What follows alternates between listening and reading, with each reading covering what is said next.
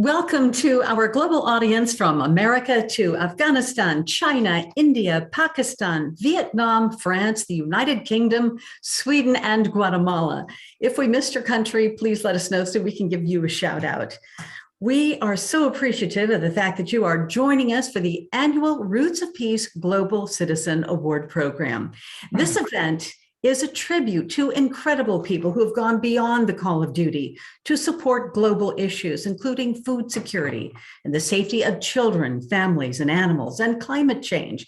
They've supported the work of the nonprofit organization Roots of Peace in Afghanistan and other war-torn countries. Our esteemed honorees are Dr. Jane Goodall, founder of the Jane Goodall Institute and United Nations Messenger of Peace; Ambassador Kenneth Quinn, President Emeritus, the World Food Prize; Ambassador Mohammad Ashraf Haidari, Ambassador of Afghanistan to Sri Lanka; Tracy Watkowski, Vice President of News for ABC7 TV in San Francisco. We are looking forward to hearing from them later on in the program as they accept their awards. Now, for those of you who may not know about Roots of Peace, its work is about cultivating peace through agriculture in war-torn countries. Roots of Peace was founded in 1997 by Heidi and Gary Kuhn at their home in San Rafael, California. Roots of Peace then literally began growing from a small pilot project with green grapes in Afghanistan into a major economic force with exports of fruits and nuts reaching hundreds of millions of dollars. And then everything changed for Afghanistan. This past summer, as you know, there was regime change, and the concern was that the harvest would be lost and all that economic progress would end. However, against all odds, the Roots of Peace teams worked diligently with farmers to get the crops harvested and prepared to sell to local markets in Afghanistan. Right now, we want to show you a very moving video produced by an Afghan teenager, 17-year-old Mahmoud Asmani. He is one of the faces of the future of Afghanistan. The summer event took place at the home of Heidi and Gary Kuhn. Their backyard was filled with laughing people, laughing children and Afghan families and their parents. And the gathering had actually been planned for a couple of months. It was supposed to celebrate Afghanistan's national pride and friendship with America. The date happened to be August 15th, the same day the regime suddenly changed and drastically changed in Kabul. This young man, Mahmoud Asmani, captured these images just moments before everyone learned their country had descended into chaos. So please keep that thought in mind as you watch the happiness of the young people in this video.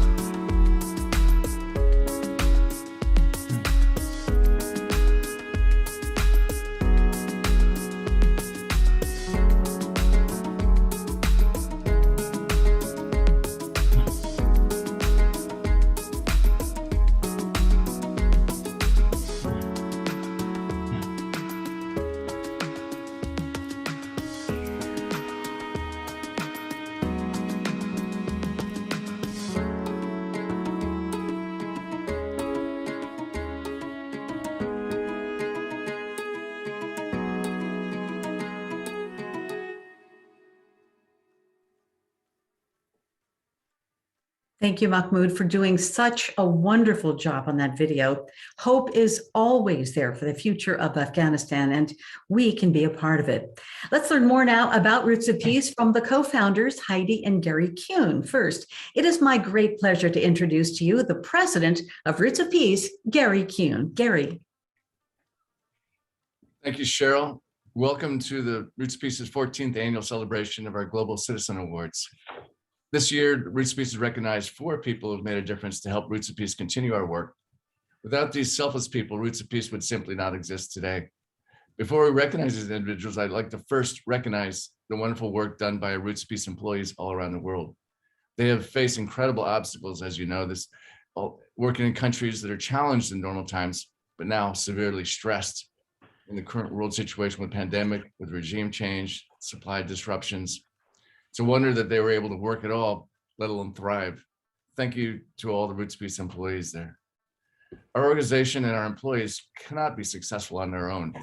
From time to time, we need extra support, which Roots of Peace cannot provide. We need help from outside the organization to accomplish our goals. In these situations of critical need for Roots of Peace, we've been fortunate to receive aid from outside individuals. Typically, these individuals do not fully realize the impact of their generosity. As a head of the operations for the organization, I clearly know the impact of their actions. Running a nonprofit is an effort in normal times, let alone when we have major challenges. There are pitfalls that we face that are large enough to swallow the entire organization. I'm the person who knows exactly how close we are to the edge, and I see the impact of their help immediately. I could say that Roots of Peace would not have survived without the help from these special people. A nonprofit organization is not owned by any person. It's owned by the public. The management and the board of Roots of Peace are merely the current caretakers. And the current Roots of Peace staff dedicates their time to continuing the vital work in these challenged countries around the world. But when we need additional help and reach out to the public, we are grateful that there are willing individuals who look beyond their personal needs and provide their time, talent, and resources to help us through. Today, we're going to recognize 4 individuals who have answered our calls for help. In a moment, I'll introduce my wonderful wife, Heidi Kuhn, who is the heart and soul of our organization. Heidi will introduce our 2021 Global Citizens. But before we shift to Heidi, I'd like to run a short video put together by Will Everett, who manages our communications for our programs in Afghanistan. This video will cover our programs in Afghanistan, Vietnam, and now new programs in Guatemala as we continue our rebuilding efforts. Our focus is to lift rural populations out of poverty by clearing remnants of war, improving agricultural efforts, by moving them to higher paying crops and connecting them to better markets. It's an approach that's proved to double, triple, quadruple their incomes in a sustainable manner. An approach that can be scaled up to reach hundreds of thousands of people and directly impact the GDP of the countries we operate in. To us, it is the obvious approach. Our pragmatic implementations are the result of extensive analysis that we perform on each specific country. The governments in the countries we operate in either do not have the ability to implement these programs, or they're too deep in the forest to recognize the trees. They cannot see the core problems causing the poverty, and they cannot envision a solution. Often, political or ethnic differences further divide these countries and stall efforts to help the impoverished. This is an area where Roots of Peace can thrive. We can cross these divides and initiate solutions. We're politically, ethnically, religiously neutral. Roots of Peace is the catalyst that can identify core problems and build pragmatic approaches to solving problems in a neutral manner. Without the baggage of ethnic or political bias, Roots of Peace can clearly see challenges and implement real solutions. Now, with this video, I'd like to show you some of this work. If you could please run the video now. With the political situation in Afghanistan unfolding by the day, the need for food security has never been greater. That's why during the political crisis of the past few months, Roots of Peace has doubled down on its work to train Afghan farmers, provide essential farm technology, and establish new orchards. For 2 decades, we've shown Afghan producers how to get the most out of the soil, both in terms of quality and quantity. Now, with new challenges at hand, we're going back to the basics to ensure that farmers can meet the growing needs of the domestic market. With the coming of winter, as the Afghan soil is sleeping, Roots of Peace is busy planning for the growing cycle to come. We'll be installing greenhouses to extend the crop season, trellises so that grape growers can double output, and replacing arid farmland with productive orchards. What happens next in Afghanistan is anyone's guess, but Roots of Peace remains committed to establishing peace through agriculture.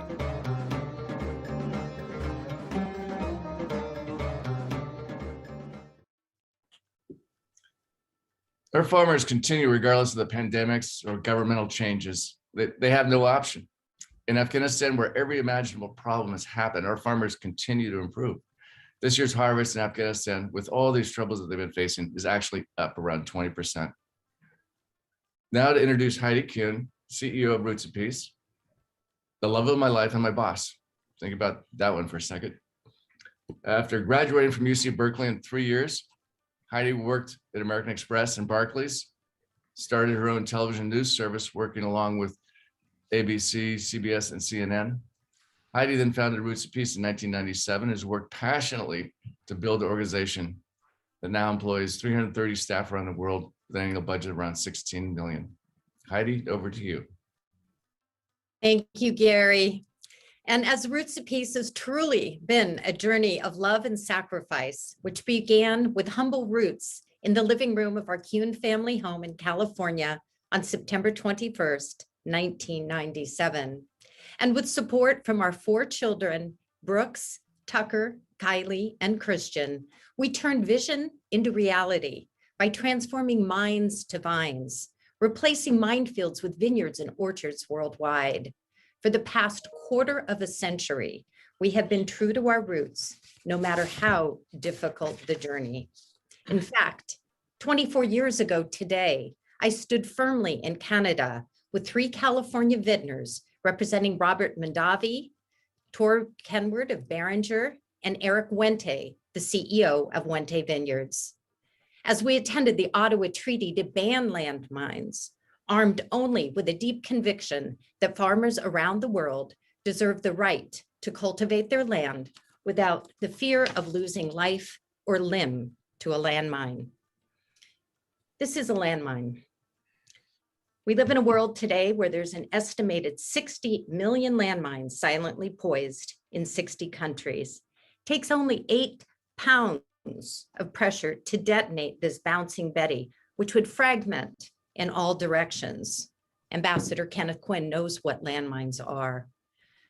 This is an anti-personnel landmine. And as the grass grows, these hidden killers remain buried in the ground, tempting the footsteps not only of a soldier long after the guns of war have silenced, but the innocent footstep of a child kicking a soccer ball out of bounds. This journey of replacing a minefield with a thriving vineyard and farmland to us was such a simple idea, yet it needed to be manifested.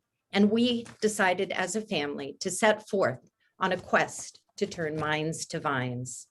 Like the tiniest seed and the faith of a mustard seed, Gary and I grew this idea forth to impact millions of farmers and families around the world in Afghanistan, Angola, Bosnia-Herzegovina, Cambodia, Croatia, Iraq, Israel, Palestine, Vietnam, and yes, we walked the minefields of Zimbabwe, literally from A to Z as a family on an intrepid quest to turn mines to vines.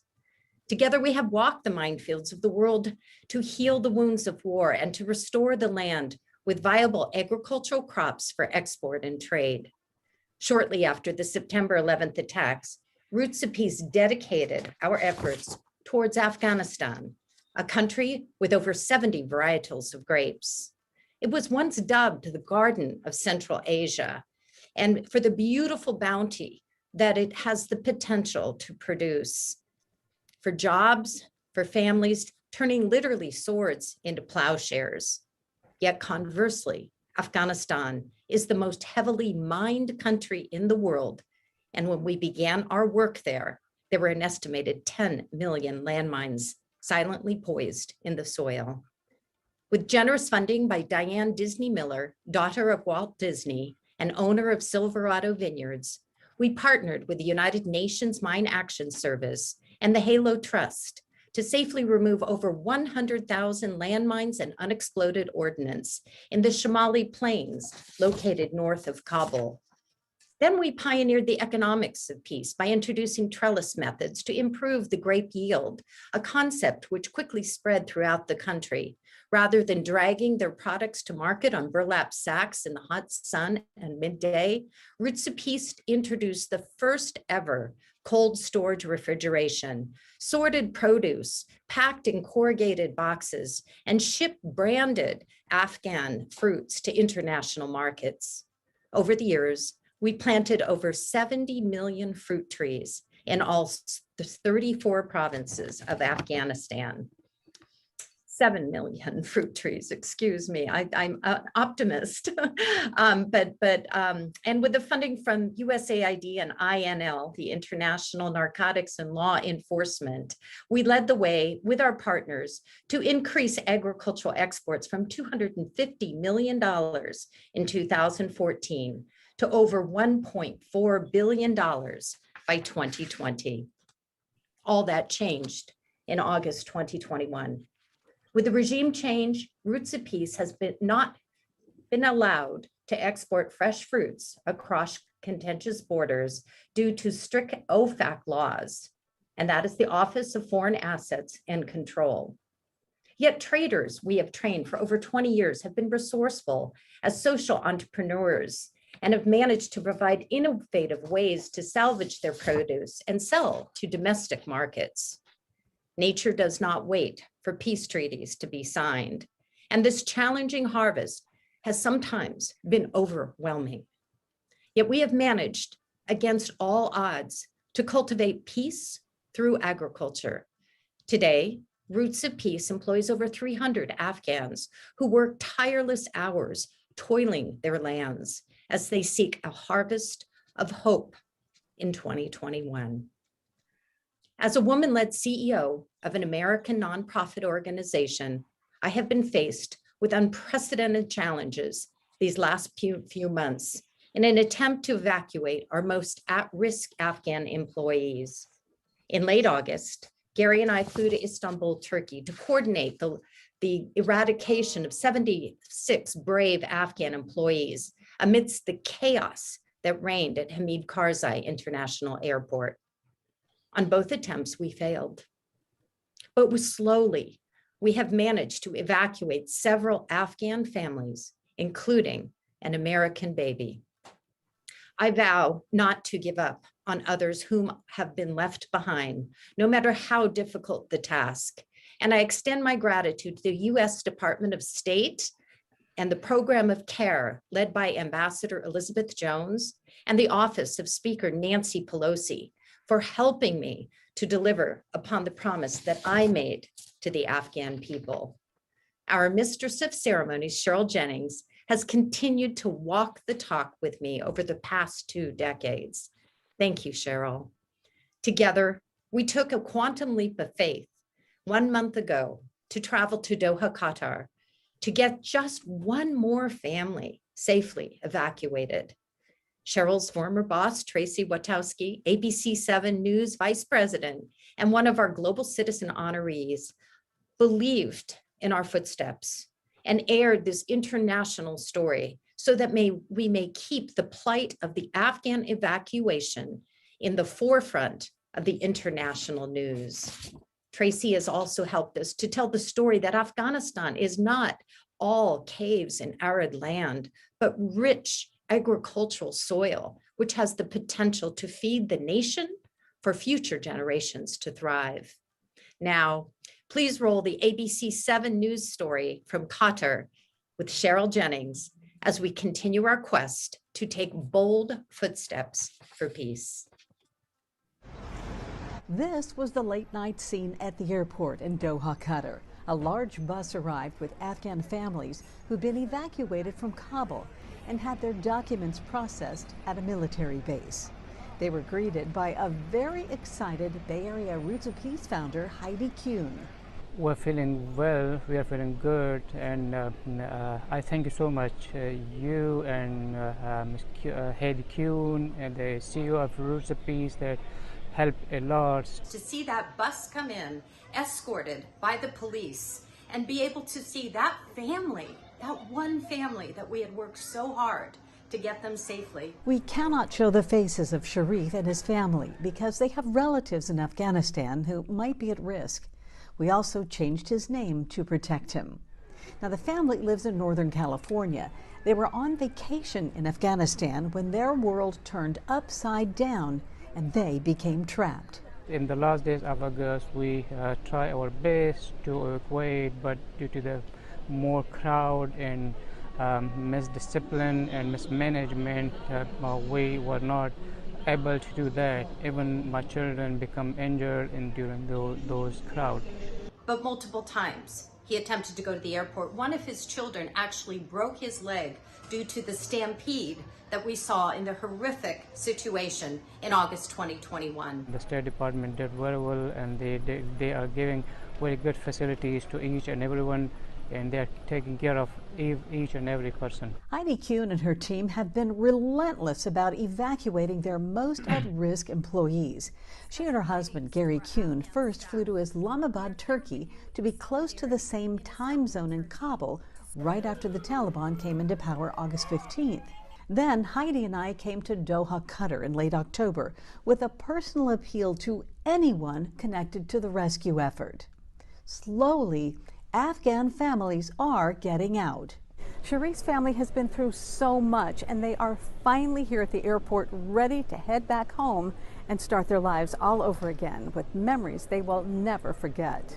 And Roots of Peace is hoping to evacuate more Afghan employees who might be at risk.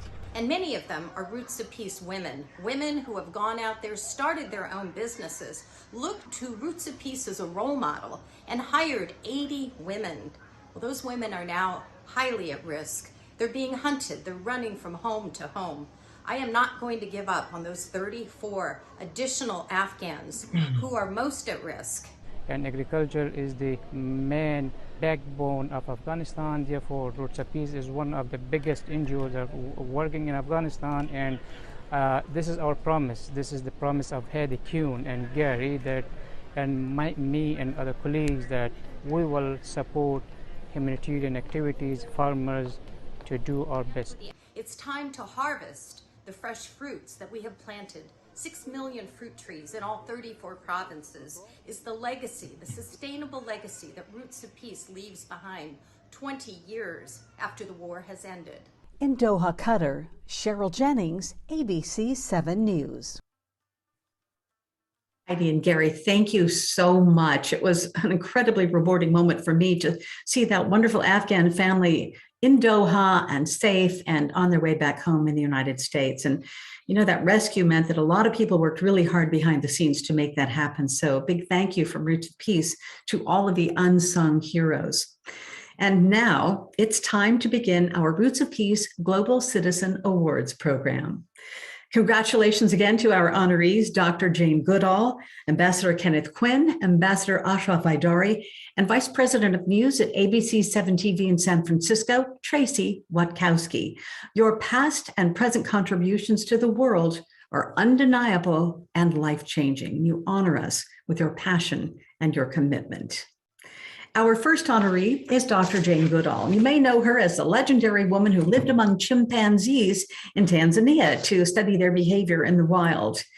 And she became known to young people as the girl with the dream who became a woman with a mission. I saw those words on the website for rootsandshoots.org. It's part of the Jane Goodall Institute's mission to, quote, empower and encourage youth of all ages to pursue their passion. The mission statement on Roots and Shoots goes on to say the program wants young people to mobilize their peers and become the compassionate citizens and leaders our world needs in order to ensure a better future for people, animals, and the environment. This year marks the 30th anniversary of Roots and Shoots. It's now active in more than 60 countries. Heidi and Gary Kuhn's children had the opportunity to meet Dr. Goodall many years ago. We want to show you some pictures now. Roots and Shoots partnered with the Roots of Peace Children's Penny Campaign to raise money for removing landmines along an elephant corridor in Angola. Dr. Goodall started her mission, according to Roots and Shoots, in July 1960, traveling from her home in England to Tanzania, Africa. And she wasn't a trained scientist, but she was equipped with a notebook and a fascination with animal behavior that started when she was just a child. She read books on zoology. She observed native birds and animals. She made extensive notes and sketches and dreamed of going to Africa to study exotic animals in their native habitats. I encourage you to read her biography, which describes how she made that dream come true of going to Africa and began studying chimpanzees in the Gombe Stream Reserve of Tanzania. Now, in the beginning, the chimpanzees ran away from her. It took her 2 years of incredible patience and a lot of bananas to get the chimpanzees to tolerate her presence. She used that trust to become acquainted with most of the reserve's chimps. She imitated their behaviors, spent time in the trees, and ate their foods. She learned that chimpanzees have a complex social system, a method of communication. They ate meat and made and used tools. The ongoing research at Gombe is now in its 62nd year.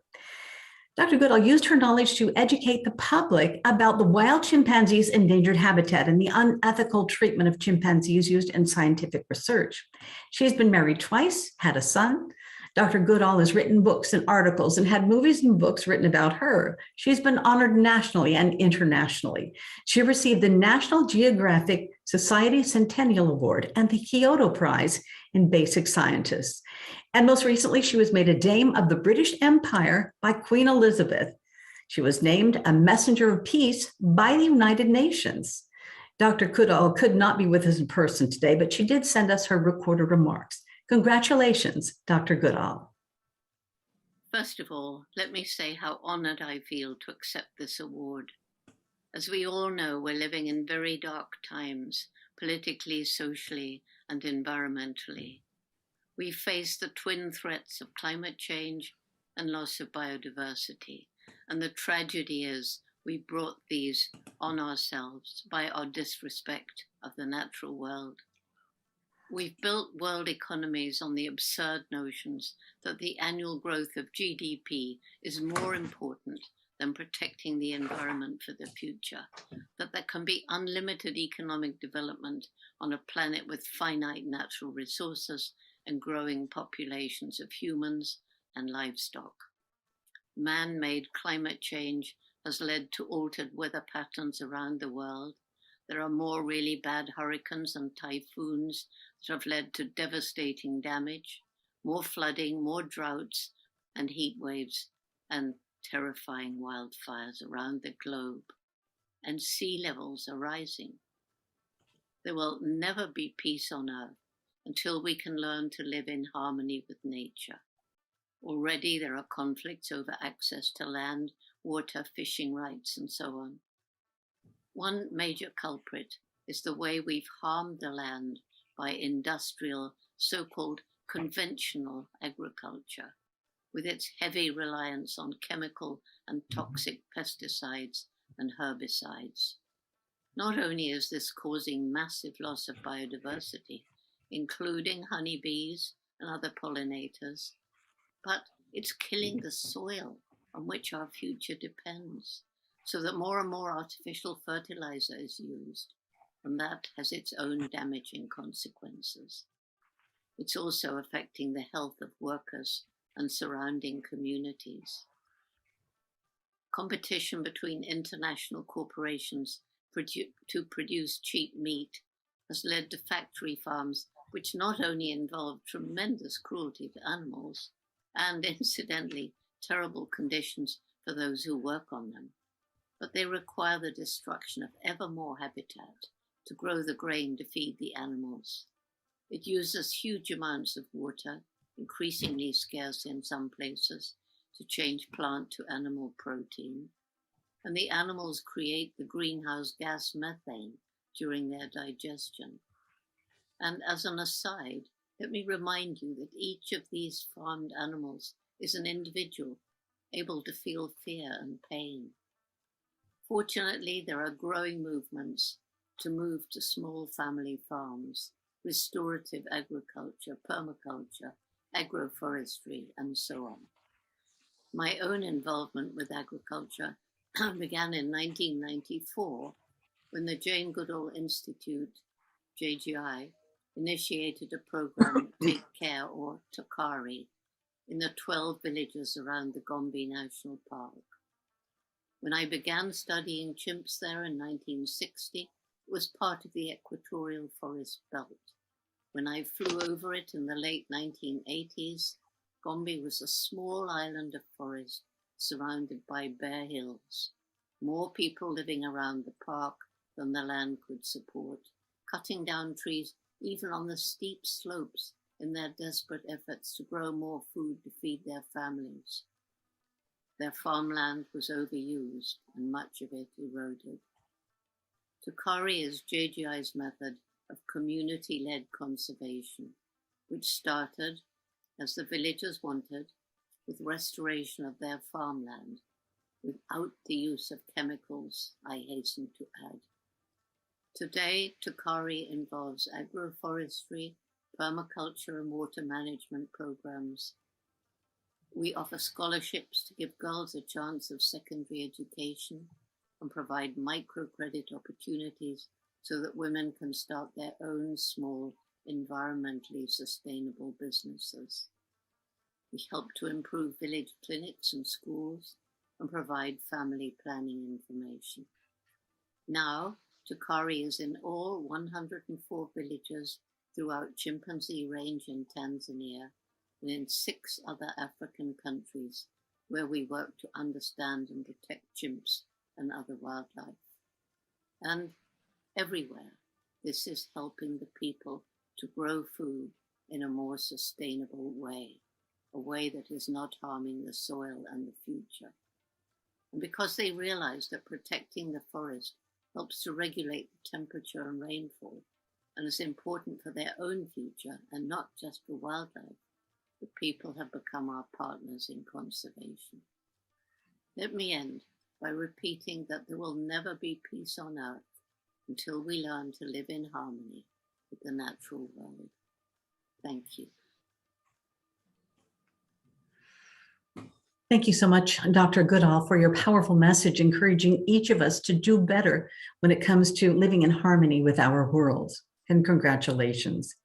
And now to our next Roots of Peace Global Citizen honoree, Ambassador Kenneth Quinn, the former U.S. envoy to the Kingdom of Cambodia.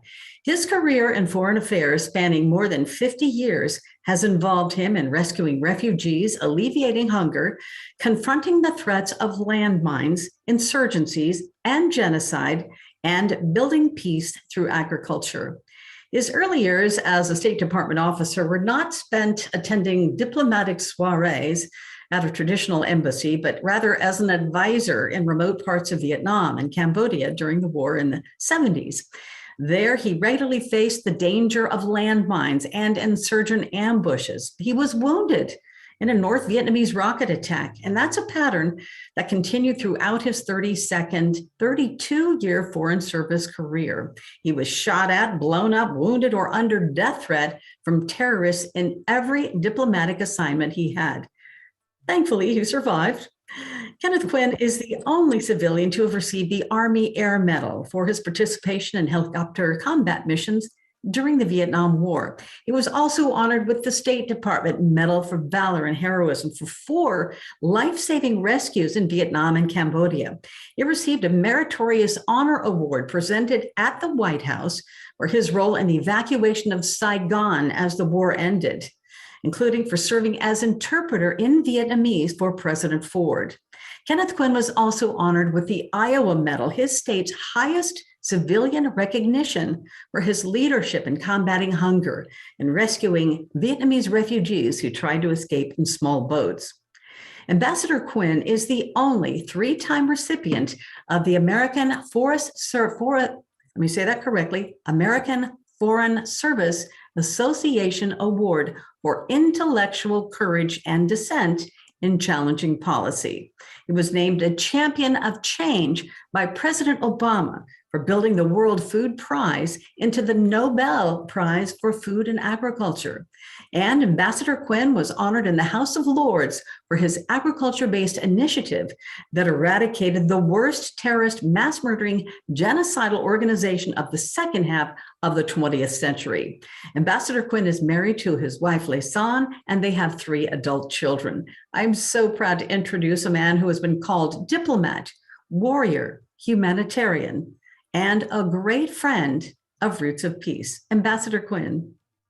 Oh, thank you. Thank you so very much, Cheryl Jennings, for that wonderful introduction. It's such an honor to be introduced by a distinguished award-winning journalist like Cheryl, who has reported herself from the battlefields of Afghanistan. I want to say from the bottom of my heart, thanks to Gary and Heidi Kuhn for this wonderful recognition. I so admire them and Roots of Peace. They work in the most dangerous places in the world with great effect. I so admired their efforts on behalf of their employees who were trapped in Afghanistan. And I had the opportunity to travel with them to Vietnam and to see their work there on the still now quiet battlefields, but landmine infested areas such as Quang Tri. And while we were there, Heidi and I even had the opportunity to detonate a landmine there. And on that trip, I told Heidi that unlike many diplomats, landmines, genocide, refugees, agriculture, peace through agriculture were the threads that ran through my career. But it wasn't what I thought it was going to be like when I arrived in 1967 at the State Department to be sworn in as a new Foreign Service officer. Rather, I had these visions of diplomatic sugar plums dancing in my head. I'd be learning French and studying about those great California wines so I could serve them at my dinner parties in Paris or London or Vienna. And instead, the State Department sent me for training in Vietnamese and then to Fort Bragg to walk down the booby trap trail, training about how to avoid landmines. And when I got to Vietnam in 1968 as a provincial advisor in the Mekong Delta, I was assigned to head a US Army advisory team. And I went with South Vietnamese troops into the jungles, which were filled with landmines. I flew those helicopter missions, but I also was a rural development advisor. And it was the beginning of the Green Revolution. And we had this new miracle rice. And I learned that the combination of high yielding seeds and upgraded rural roads were so powerful, both in uplifting poor farmers and also overcoming the Viet Cong insurgents. They couldn't deal with the impact of the roads and the rice, that formula. And I had on the Mekong River this personal epiphany that my service to my country could best be done not in the salons and at soirees in Europe, but working in villages in developing countries. So I stayed in Vietnam for 6 years, and out in one of those villages, I filed the first ever reports about Pol Pot and the Khmer Rouge and their genocidal plans for Cambodia, which would take the lives of 2 million Cambodians out of a population of only 7 million people. And I then was sort of plucked off the border and brought back to Washington to work on Henry Kissinger's staff at the National Security Council, where I was interpreter for President Ford in Vietnamese as South Vietnam was collapsing. And then I traveled on a presidential mission there to work on the evacuation of refugees. And 4 years later, here in Iowa, I worked with Governor Robert Ray. You see this Asian beautiful pagoda behind me is named in his honor, as we structured Iowa's program to rescue the Vietnamese boat people. 1979, no country in the world was accepting any more refugees from Asia, including the United States. And when Governor Ray saw reports of these boat people drowning, he wrote to President Carter saying, please, if you'll reopen America's doors, Iowa will double the number of refugees that we have already accepted.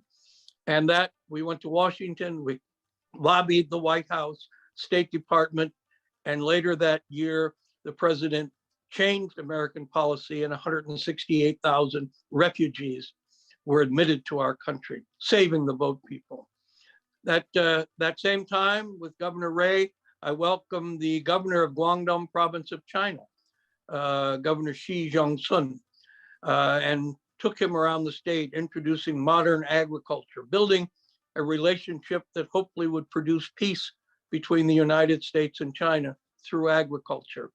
And I then had the privilege to welcome his son, President Xi Jinping, to Des Moines for the US-China Agricultural Symposium that I hosted, where I told him that story. When I was ambassador to Cambodia, Cambodia was beset with minefields, and there were still 25,000 Khmer Rouge all across the country, couldn't be removed.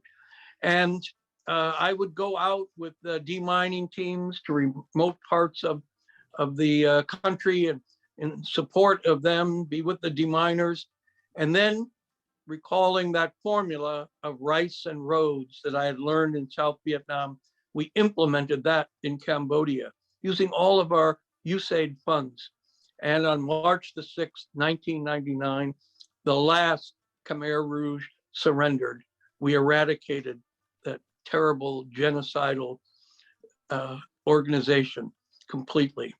I retired then, came home to Iowa to take over the World Food Prize with the mission of building it so it would come to be seen as the Nobel Prize for Food and Agriculture. And in the symposium that we organized, I endeavored to continue to build peace now in the Middle East.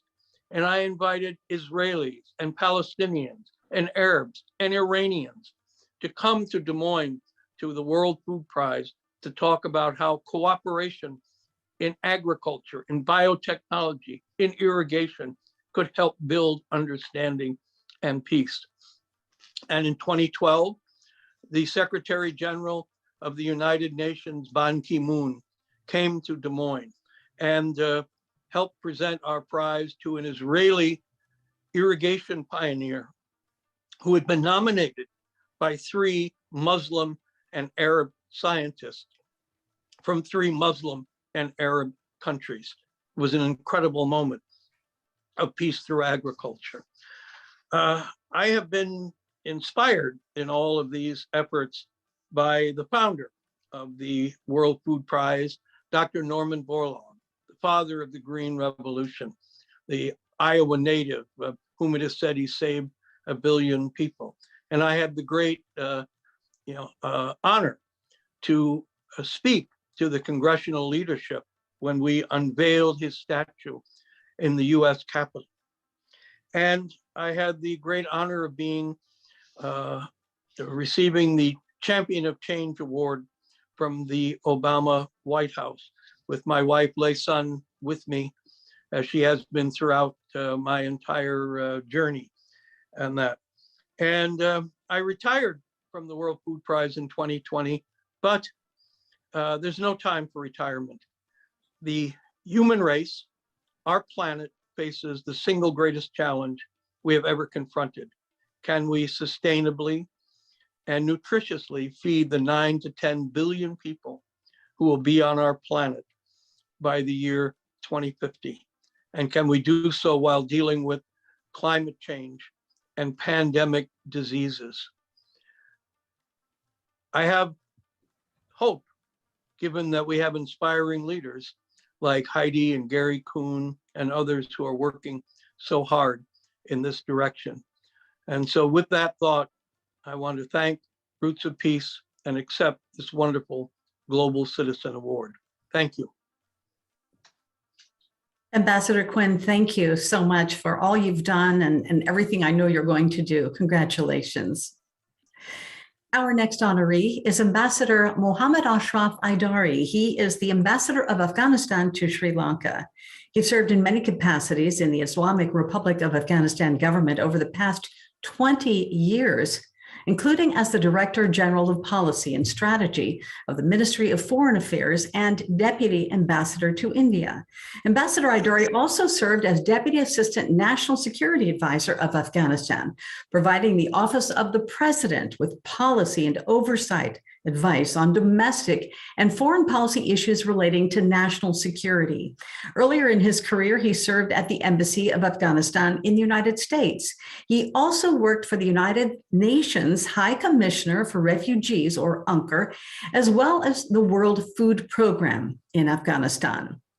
An activist diplomat, Ambassador Aidari often engages in traditional public and humanitarian diplomacy in order to keep international focus on and support for the stabilization and sustainable development of his country, Afghanistan. He's a scholar with visiting fellowships in Afghanistan, Sri Lanka, India, and the United States.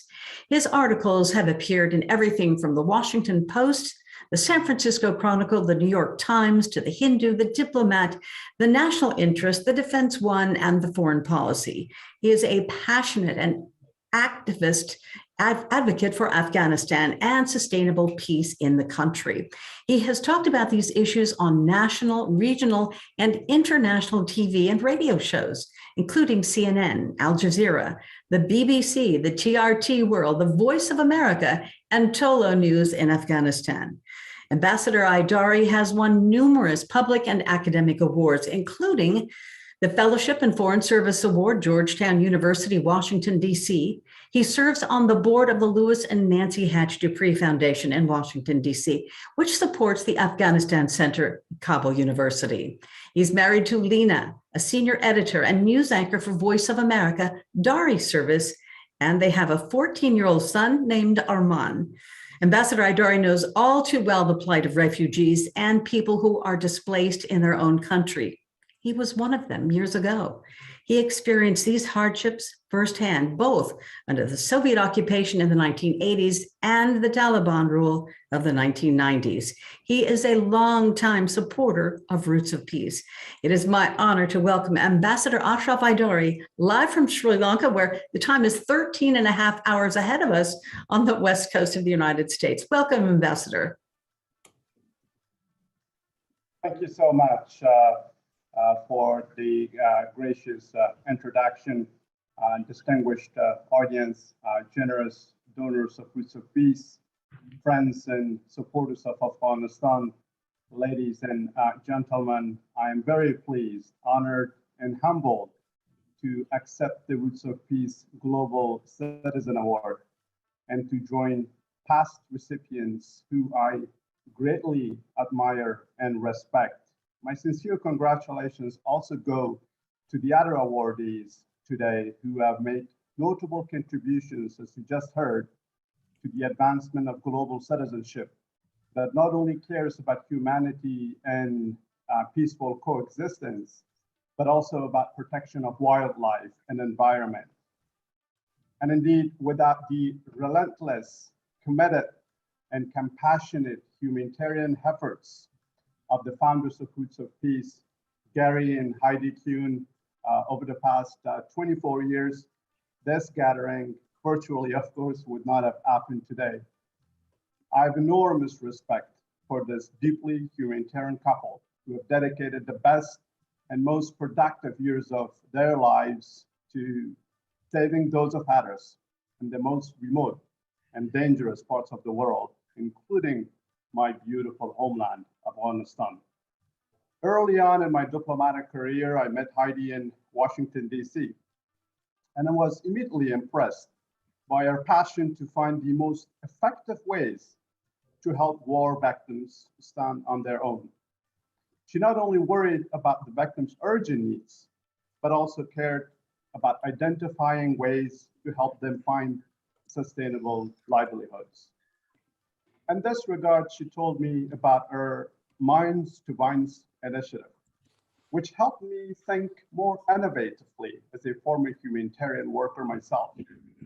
And we talked about my firsthand experience of having been an internally displaced person, or IDP, in early 1990s, and an asylum seeker in the United States in late 1990s, as well as my own humanitarian work with the World Food Programme, or WFP, and the UNHCR, United Nations High Commissioner for Refugees, to assist IDPs, returnees, and refugees from Tajikistan. Ever since, I have closely followed and learned from the innovative relief, recovery, development programs and projects of Roots of Peace, as they have replaced many mine and poppy fields with the seeds and fruits of hope, peace, and prosperity across Afghanistan. And this slide, on behalf of all Afghan beneficiaries of this vital aid, I wish to thank the entire Roots of Peace team, including your country team in Afghanistan, for having worked in every one of our provinces, planting over 5 million trees, creating over 10,000 full-time jobs, and facilitating exports worth over 290 million since Roots of Peace began implementing Your Vines to Mines initiative in 2003. This rarely effective and similar humanitarian work with tangible results have helped inform my own approach to humanitarian diplomacy for maximum impact. And this is consistent with the cross-cutting agenda of the 2030 global goals and Afghanistan's ever-changing, unfortunately, human security landscape. Today, Afghanistan is unfortunately facing one of the most complex humanitarian crises of our recent history. This tragic situation stems from a convergence of the past 40 years of imposed conflicts, endemic poverty, climate change, and the global economic recession due to COVID-19. Consequently, 14 million Afghans face severe hunger, 3.4 million children suffer from acute malnutrition, 22.8 million need immediate relief aid, and 97% of all Afghans, that's a huge number, 97% of all Afghans live below the poverty line. These grim statistics include my own extended relatives across Afghanistan, some of whom I continue supporting, while I was just able to evacuate my immediate family following 3 months of fear and anxiety that they could be targeted any day. Since this mid-August, when the Taliban illegally and forcefully took over the government in Afghanistan, the humanitarian crisis has deteriorated further. Competent government employees have abandoned their jobs, leaving us with a massive brain drain. As a result, key service delivery institutions no longer function and lack the resources to address the basic needs of our impoverishing population. The banking sector has ground to a halt and people are unable to withdraw their savings. Most international aid organizations and diplomatic missions have closed their development programs and evacuated their staff, unfortunately. And against this tragic backdrop, and as the world marks the 24th anniversary of the Mine Ban Treaty tomorrow, Afghanistan sadly remains one of the heaviest mine countries in the world, as Heidi pointed out. Since 1989, some 41,000 Afghans were recorded to have been killed and wounded by landmines and explosive remnants of war.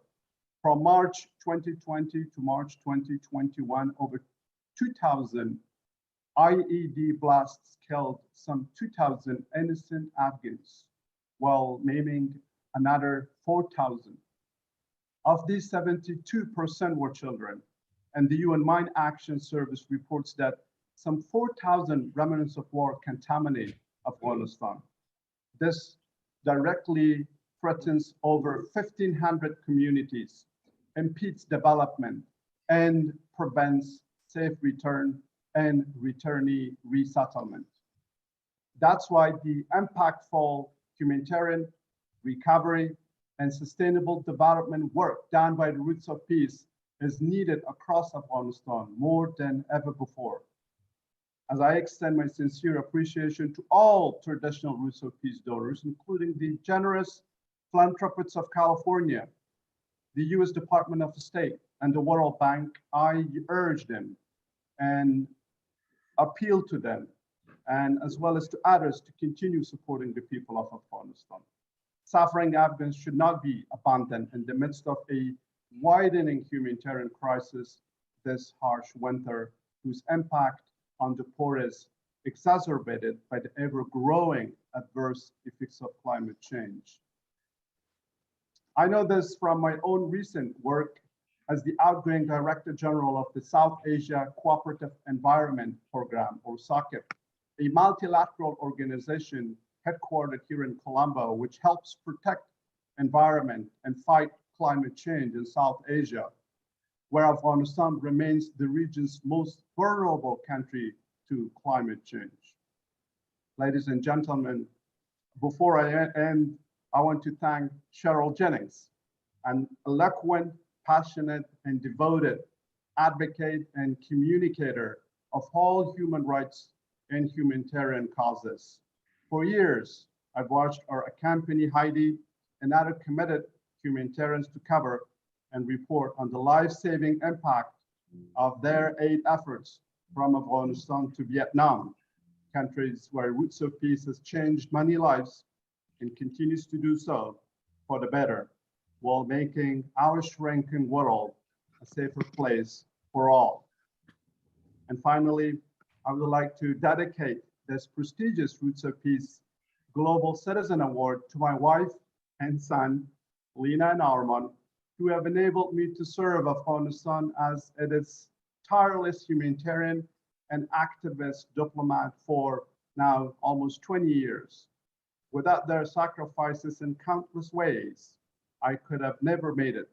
Their selflessness and love inspire me to continue serving our suffering people as we seek to achieve sustainable and dignified peace in Afghanistan. Thank you all very much. Ambassador Haidari, thank you so much for your kind words about Roots of Peace and about me. I really appreciate it. And I know we will continue to work together on these very important issues. Our next honoree is Tracy Witkowski, the Vice President of News at the ABC-owned station called KGO-TV in San Francisco. It serves 9 Northern California counties with a reach of more than 800,000 people a day. She is a multiple Emmy Award-winning leader in broadcasting.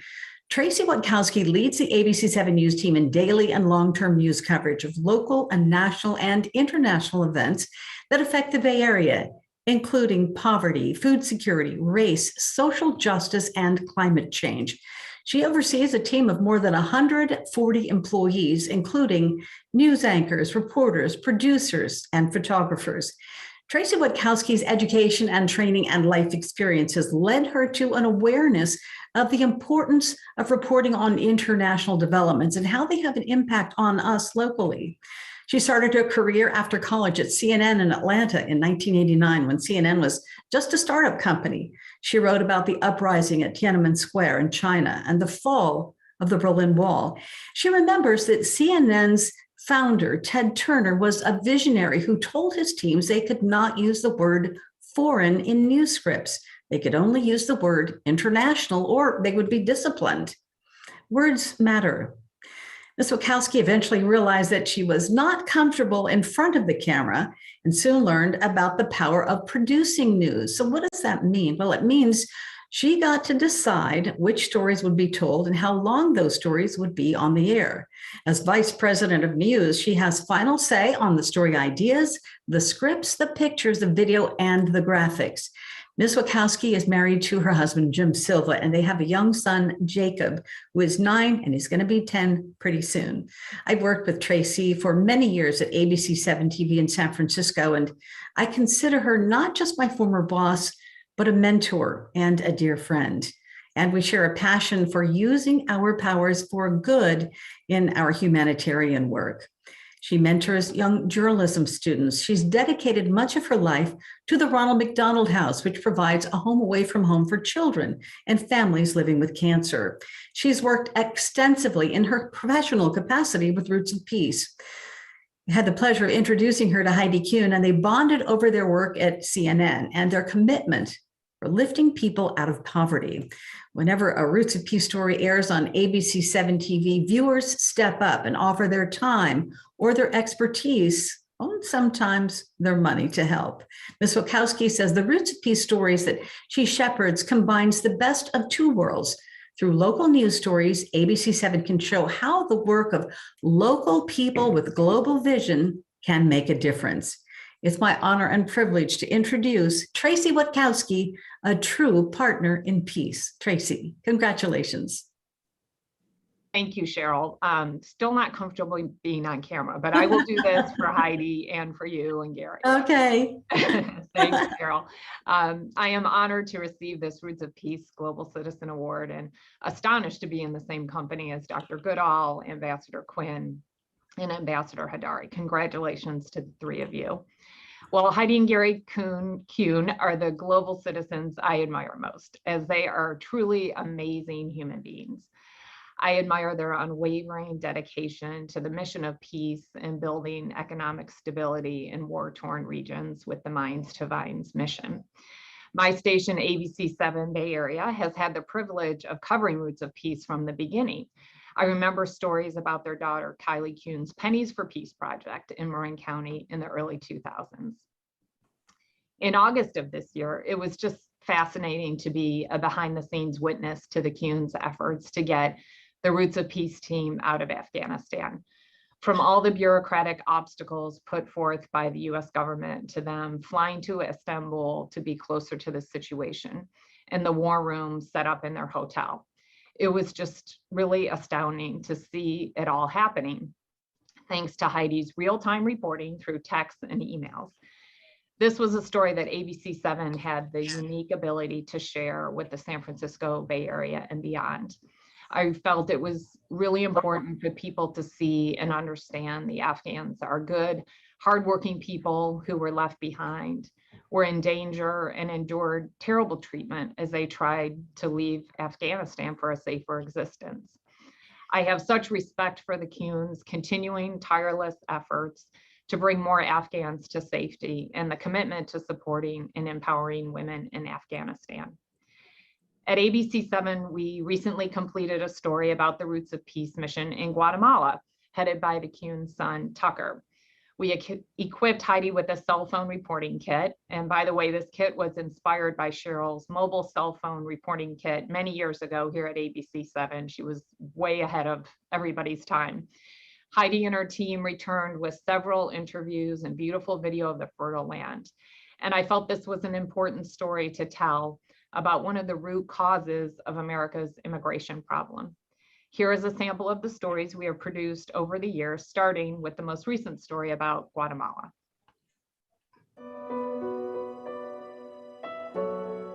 The 2,000-mile trek from Guatemala to the U.S. is dangerous. So why do so many people risk it? This past summer, a team from Roots of Peace, a humanitarian organization based in San Rafael, went to Guatemala looking for answers. The root cause of the migration to the U.S. borders is that there are no jobs for young people. One of the areas they visited was Todos Santos, Cuchumatan. Roots of Peace founder Heidi Kuhn met with the farmers to look for ways to increase their earnings. We find a way to bring your product to market, sell it, and come back and grow more. The people who are leaving are the young men who are stuck with no opportunities. They're basically forced to go north. This will create jobs for the farmers, and it will create jobs within their communities as we develop these supply chains.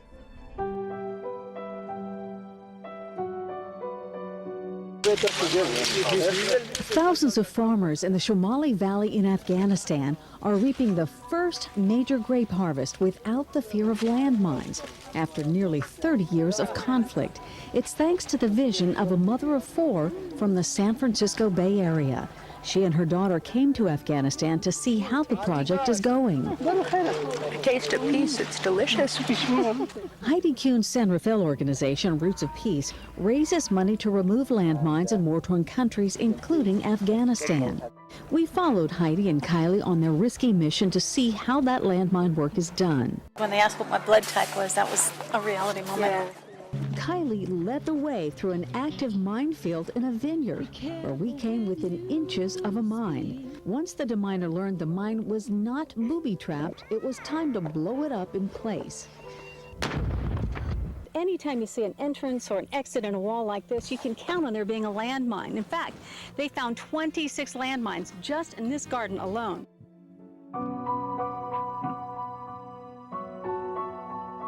Oh my God! This is cell phone video of a suicide bombing attack at a building in Kabul almost a year ago. Some of our staff were bleeding, some of our staff were injured.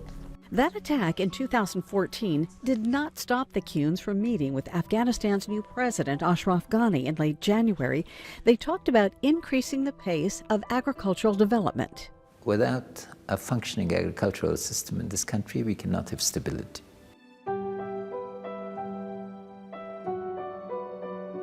These are the images many remember of Vietnam. The aftermath of that war is still leaving scars on those who served and their families. Ngo Tay Tiem is one of those victims. It's tough for him to farm his land. He's missing part of one arm because a landmine destroyed it when he was just a kid. The demining organization Mines Advisory Group, known as MAG, is working in the Quang Tri province, a former major battle zone. MAG trains local citizens to become deminers. They travel thousands of miles from Marin County to Vietnam at their own expense to meet farmers in the program. It is amazing the impact the Roots of Peace has here. This little boy doesn't realize just how dangerous this path is. He's taking a shortcut through an old minefield in his village in the fields of Bethlehem. This young boy, Daniel Yuval, started a campaign to get rid of landmines. He won the attention of a California mother who runs a nonprofit to remove landmines. The founder of Roots of Peace, Heidi Kuhn, delicately negotiated a historic partnership between Israelis and Palestinians. What happened is making history. Israelis and Palestinians working together to remove old landmines. We look to see the Israeli children and Palestinian children playing without mines.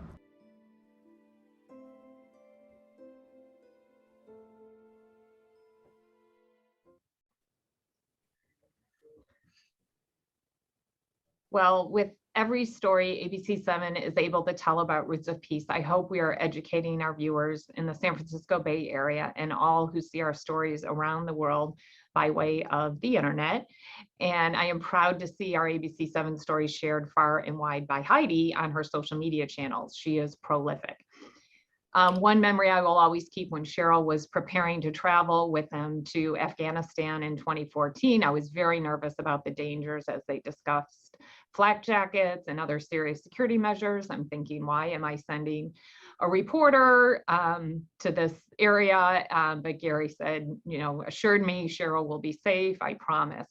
I hung on those words for the entire trip as we followed Cheryl by a cell phone tracking device, basically, that the Disney company provided for international journalists working for ABC News.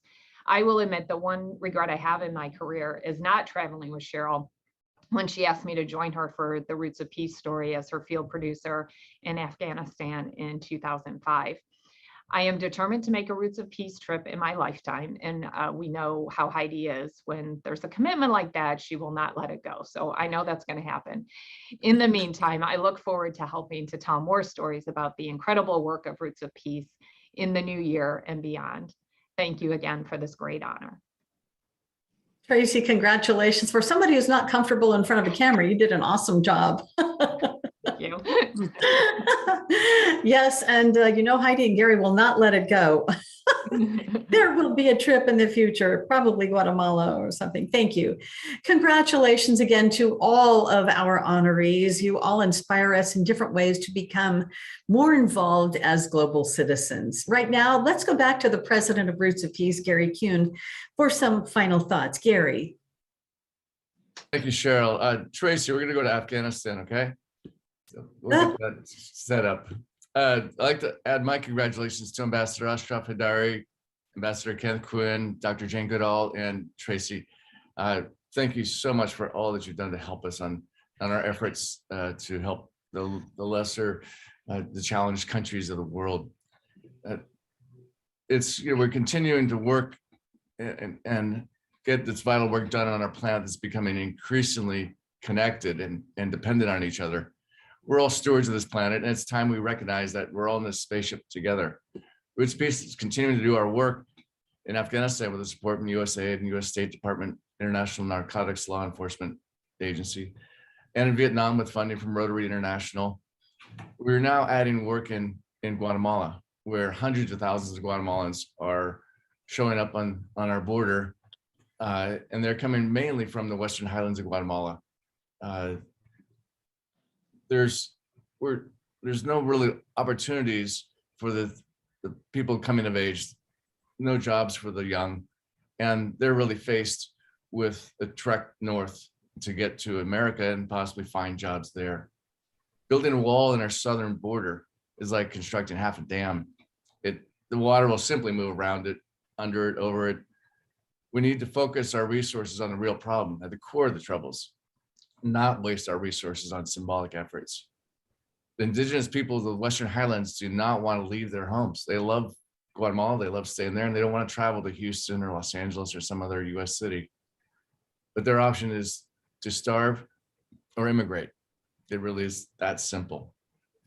That's what's driving this mass evacuation of Guatemalan Western Highlands, because the jobs in the United States are like a giant magnet attracting this generation of Guatemalans.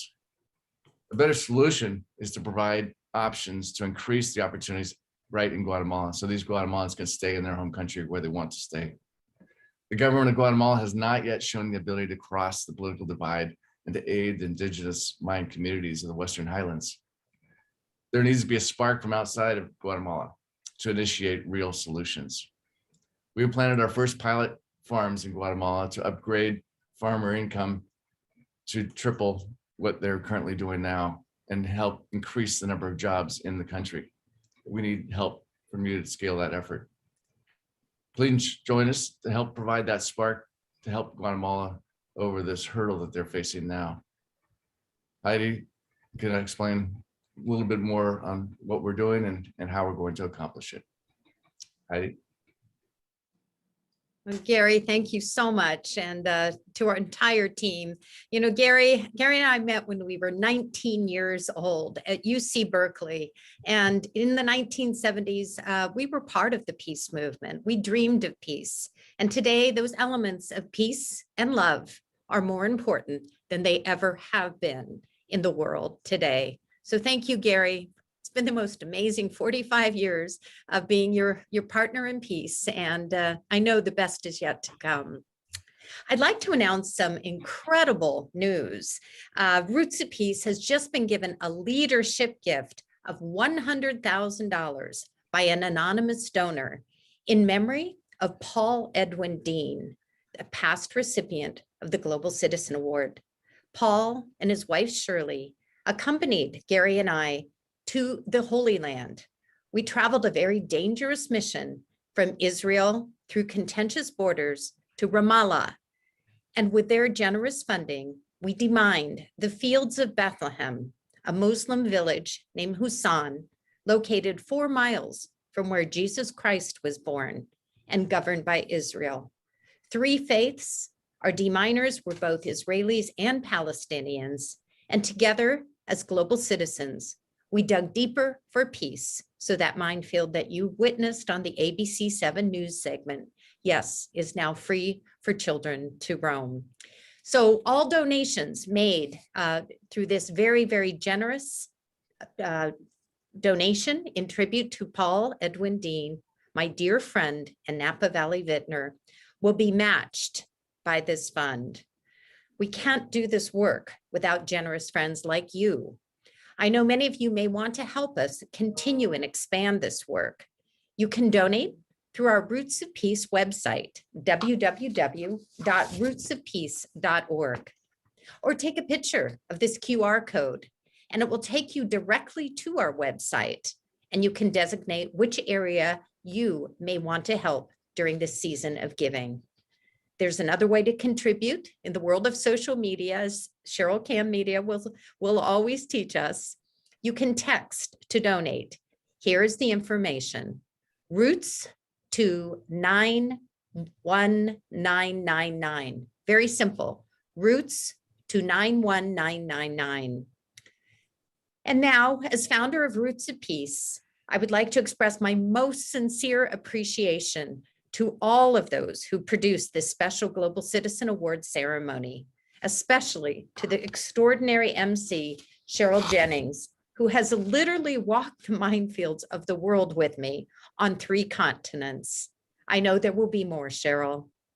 And of course, our award-winning production company, Arc 8 Productions, Peter Zabalun and his incredible team for sharing this with our global community.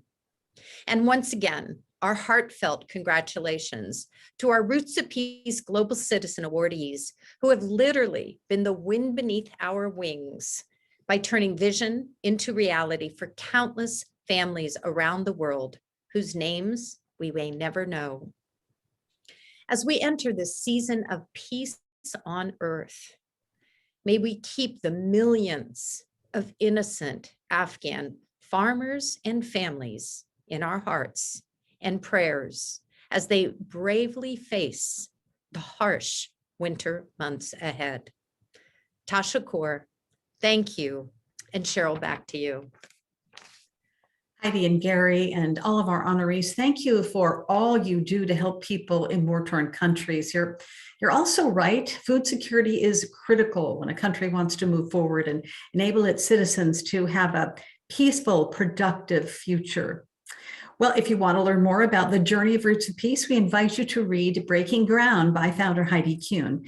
Dr. Jane Goodall wrote this on the back cover. She said, "Thank you, Heidi Kuhn, for writing Breaking Ground that discusses this mostly forgotten aspect of landmines." You can learn more about Roots of Peace and its partners online and on social media. So please connect with Roots of Peace on Facebook, Twitter, LinkedIn, and Instagram for stories about the families and farmers in Afghanistan, Guatemala, and Vietnam. Thank you so much for joining us. Bye-bye.